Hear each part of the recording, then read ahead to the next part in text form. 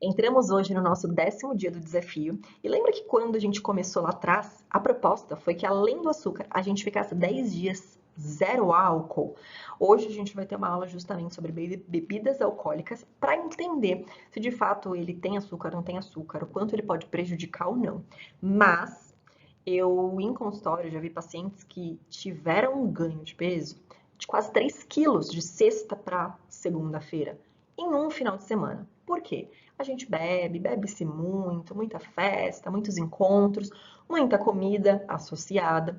Então, o álcool ele pode ser uma porta de entrada para uma desordem alimentar, um excesso alimentar e sim prejuízos no processo de emagrecimento, definição corporal e o estado de saúde. Então, temos que ter um alerta. Então, o álcool ele não é um nutriente essencial. O nutriente essencial é o carboidrato, a gordura, a proteína, que a gente conversou um pouquinho lá nas nossas aulas iniciais do desafio. O álcool, porém, ele tem 7 calorias por grama, sendo que o carboidrato e a proteína tem 4, a gordura tem 9. Então, o álcool em si, ele tem uma caloria importante, mas oferece energia zero. Então, ele não é um alimento que nos nutre, ele somente entra com teor calórico na nossa vida.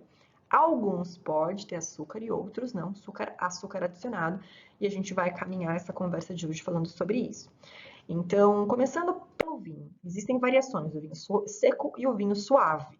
Essa diferença entre eles tem a ver com o teor de açúcar. Um vinho seco não tem adição de açúcar, mas a uva tem frutose. Frutose é o açúcar natural dessas frutas, lembram? Então, o vinho pode sim ter uma quantidade de açúcar mínima quando ele é mais seco. Ele não acaba tendo um acréscimo de açúcar na composição.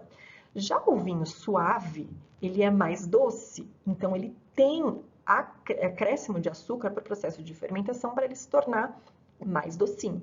Então, a gente pode ter uma variação por litro, né, de álcool de 5, que é no seco, a 25 gramas, que é no vinho suave. Então, geralmente, dá para se perceber em paladar. Quem toma vinho suave dificilmente aceita o seco por questão da palatabilidade, lembram? Quanto mais eu estimulo as minhas papilas ao doce, menos amargo, menos seco, menos esse gosto natural é aceitável pelo nosso corpo. Quando a gente entrou nessa transição, é muito mais fácil a gente conseguir incluir uma bebida um pouco mais amarga, uma bebida um pouco mais seca, porque a gente já não precisa tanto de doçura. E aí, nesse caso, o vinho, ele vai ter o álcool, mas o impacto negativo dele vai ser um pouco menor, mas a gente vai falar isso daqui no próximo slide. Então, os vinhos, eles podem ter sim ou não. O açúcar, ele vai ajudar na fermentação alcoólica, quando eles entram, né, com essa classificação de adicionar este açúcar. A gente tem que ficar bem observar um pouco mais qual que é a categoria de vinho que a gente tem consumido. E o vinho de sobremesa, o vinho doce, ele pode variar muito, então de 5 a 20 gramas de açúcar, não é um açúcar adicionado, mas são de uvas que têm uma fermentação, né, um pouquinho mais tardia. Então a gente tem vinho de colheita tardia, porque a uva fica mais doce naturalmente, sem ter esse acréscimo de açúcar, mesmo tendo um paladar mais doce. Então, não sei qual vinho que você toma, se você toma vinho, mas é importante a gente entender um pouquinho sobre isso. Agora, quando a gente pensa nas bebidas alcoólicas diversas, a gente tem aqui, eu coloquei um teor de açúcar, né? Cerveja não tem adição de açúcar, vinho suave, a gente já viu lá que aqui está a classificação em 100 ml da bebida, né? Então, o vinho seco pode ter 1 grama, o vinho tinto seco pode ter 0,6 gramas de açúcar em 100 ml, o vinho branco 1 grama, o vinho tinto de sobremesa, lembra que ele pode ter adição de açúcar? Ele pode chegar a 7,8 gramas de açúcar, o rosé 3,8, rum 0 açúcar, vodka 0 açúcar, whisky 0,1 de açúcar, gin 0 açúcar, saquê 0 açúcar, licor de menta 41 gramas de açúcar. Então, do álcool em si, exceto o licor e os vinhos mais adocicados, eles não têm açúcar. Então, por que a gente ficou sem açúcar nesse desafio? Primeiro, para a gente chegar nessa aula, para a gente poder entender. Segundo, para a gente lembrar da questão do domínio próprio, da questão de autonomia. E terceiro, que o álcool ele tem calorias, equivalente quase, por exemplo, uma latinha de cerveja, o equivalente a um pão francês.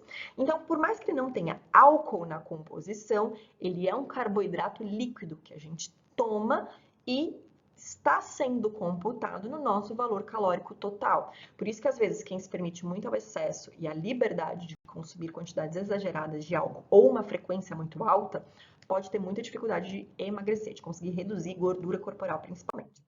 Então aqui a gente tem algumas, né, esse slide, talvez você já tenha visto ele, mas aqui eu não falo de açúcar, mas eu falo da quantidade calórica que as bebidas vão ter. Então, vou pegar as principais. Cerveja, a gente vai ter em 350 ml, quase 115. Isso varia muito, a gente tem diversas marcas, então aqui é algo um pouco mais generalizado, né? Um chopp de 300 ml, 180 calorias. 50 ml de saquê, 35, em 35 ml, que é uma dosezinha de saquê, 50 calorias. Uma dose de tequila, 110 calorias. Os vinhos têm uma média de 100, 110 calorias em uma taça. A vodka, 120 calorias em uma dose. O whisky, 120 calorias em uma dose de 50 ml. Então, as calorias, elas são sim computadas. Mas o que mais atrapalha, não necessariamente é somente essa caloria, mas quando a gente combina o álcool com outros alimentos hipercalóricos. Então, se a gente consumir bebidas que são mais batidas ou que são bebidas combinadas com água tônica, leite condensado, xarope de groselha, energético, refrigerante, leite fermentado e a criatividade por aí vai, essas bebidas tornam esse álcool, esse drink, muito mais calórico. Uma caipirinha, para vocês terem ideia, que acrescenta açúcar e uma fruta, pode chegar a 400 a 500 calorias em uma caipirinha. É algo muito calórico comparado com o teor apenas do álcool. Então a gente precisa entender que não é qualquer bebida que dá para a gente incluir numa frequência liberada, numa quantidade livre, junto com alimentos de baixo valor nutricional. É aí que talvez mora o perigo. Talvez na sua semana você está tão organizado que no final de semana você simplesmente retrocede muito por conta desses excessos. É preciso uma gestão, é preciso a gente conseguir gerenciar um pouco melhor se o álcool ele vai te trazer benefício ou se ele está mais te prejudicando do que sendo um momento somente de curtir, né? Então, o que acontece é que esse excesso de glicose, seu corpo não pode deixar você com uma hiperglicemia. A gente produz, né, sinaliza o pâncreas, produz insulina para tirar essa glicose desse sangue, e aí pode gerar o quê? Não pode também gerar uma hipoglicemia, então te dá fome, aí você vai lá e come. E aí o final de semana vira uma bagunça. Então, ter uma boa gestão é entender que o álcool por si só não te nutre de maneira alguma. Ele é somente uma caloria vazia, não vai ter nutrientes. O vinho ainda tem pigmento arroxeado, que pode auxiliar na longevidade, mas a gente encontra isso também na berinjela, na beterraba, no açaí, em frutas, né, em alimentos que têm esse pigmento arroxeado, nas mirtilo, amora, framboesas, frutas vermelhas e suplementações. Então, não associe o álcool como, o álcool vai me beneficiar, né, simplesmente o vinho é extremamente importante. Se você não tiver controle, se você não tiver domínio próprio, se você não tiver essa autonomia de gerenciar bem, ele sim vai te prejudicar. Então, faça uma olhada na sua rotina e entender quais são os tipos de bebidas que você gosta e o quanto isso pode te sabotar. Você vai fazer o download aqui de uma planilha que tem toda essa relação, muitas outras opções mais detalhada, para que você possa entender qual bebida que talvez está te sabotando para você não se prejudicar tanto. Você é mais forte do que você imagina. E acredite nisso, que isso é verdade. Se você conseguir definir e programar a sua mente de qual que é o limite, é importante ter esse limite, talvez você vai conseguir ter benefícios de curtir os seus finais de semana, curtir as suas festas, sem exceder, sem se prejudicar, tendo o máximo de prazer com o mínimo de prejuízo. E a real é, se você quer ter esses momentos livres, é fundamental você gerenciar sua rotina alimentar máximo dos dias e treinar. Exercício físico não é opcional. Ele é uma necessidade, tanto fisiológica, porque o nosso corpo não foi feito para ficar parado. Se a gente quer longevidade, eu preciso colocar condicionamento físico, condicionamento corporal, e além de gastar calorias, principalmente as acumuladas se a gente tiver. Exercício físico é coadjuvante de tudo que você fizer em prol do seu corpo, em prol da sua saúde. Então, contratar um personal trainer, principalmente se você nunca treinou, se você não sabe treinar, tem medo de treinar e treinar errado, ou se você não gosta de ir para academia, ter alguém que esteja com você, te auxiliando, te orientando, te esperando, faz com que haja mais engajamento e talvez aumente a sua possibilidade de criar isso, um hábito, uma rotina. Então pense como você funciona e veja qual a melhor estratégia. Mas se você quer ser forte, não é um forte só mental, seu corpo também precisa ser forte.